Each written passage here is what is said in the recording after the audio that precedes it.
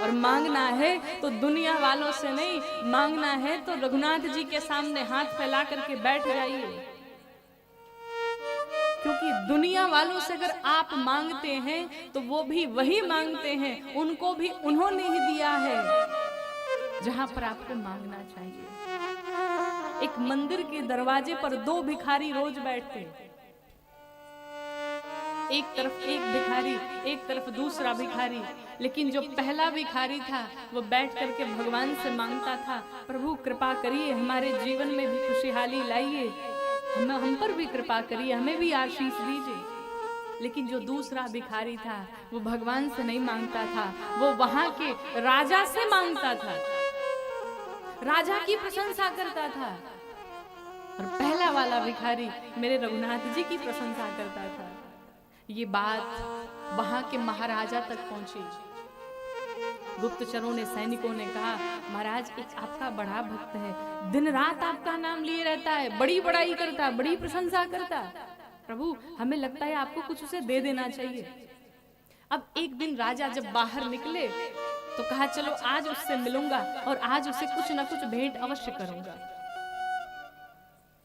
राजा बाहर निकला, उसने जब उस भिखारी को देखा तुरंत अपने सेवकों को आदेश दिया, क्या, इसे ढेर सारी मिठाइयां भर के दो, ढेर सारे मेवे भर के दो।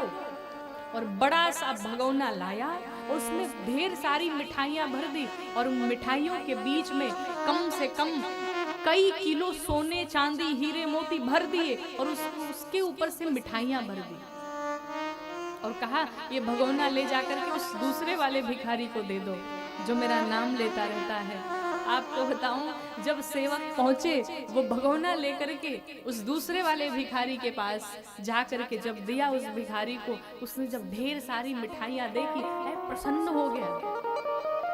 और पहले वाले भिखारी से कहता है, देखा मूर्ख हो तुम, जिस भगवान को बुला रहे उसको कभी देखा है? वो आएंगे तुम्हें मिठाई देने। देखो मैंने अपने महाराज की प्रशंसा की, अपने महाराज का नाम लिया, महाराज ने मेरे लिए इतनी सारी मिठाइयां भिजवा दी।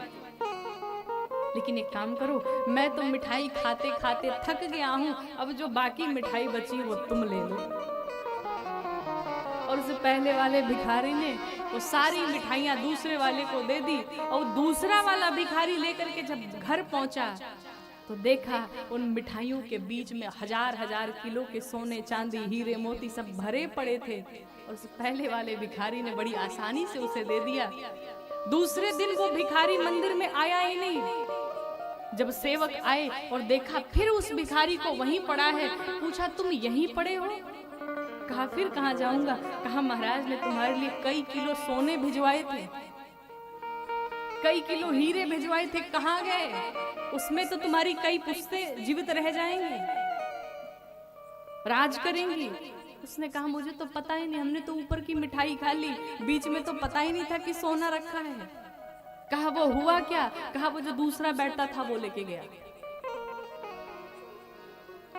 अर्थात जिसने भगवान से मांगा भगवान ने उसे दे दिया, और जिसने राजा से मांगा तो राजा भी वही जाकर के मांगता है जहां पर सब दुनिया वाले मांगते हैं।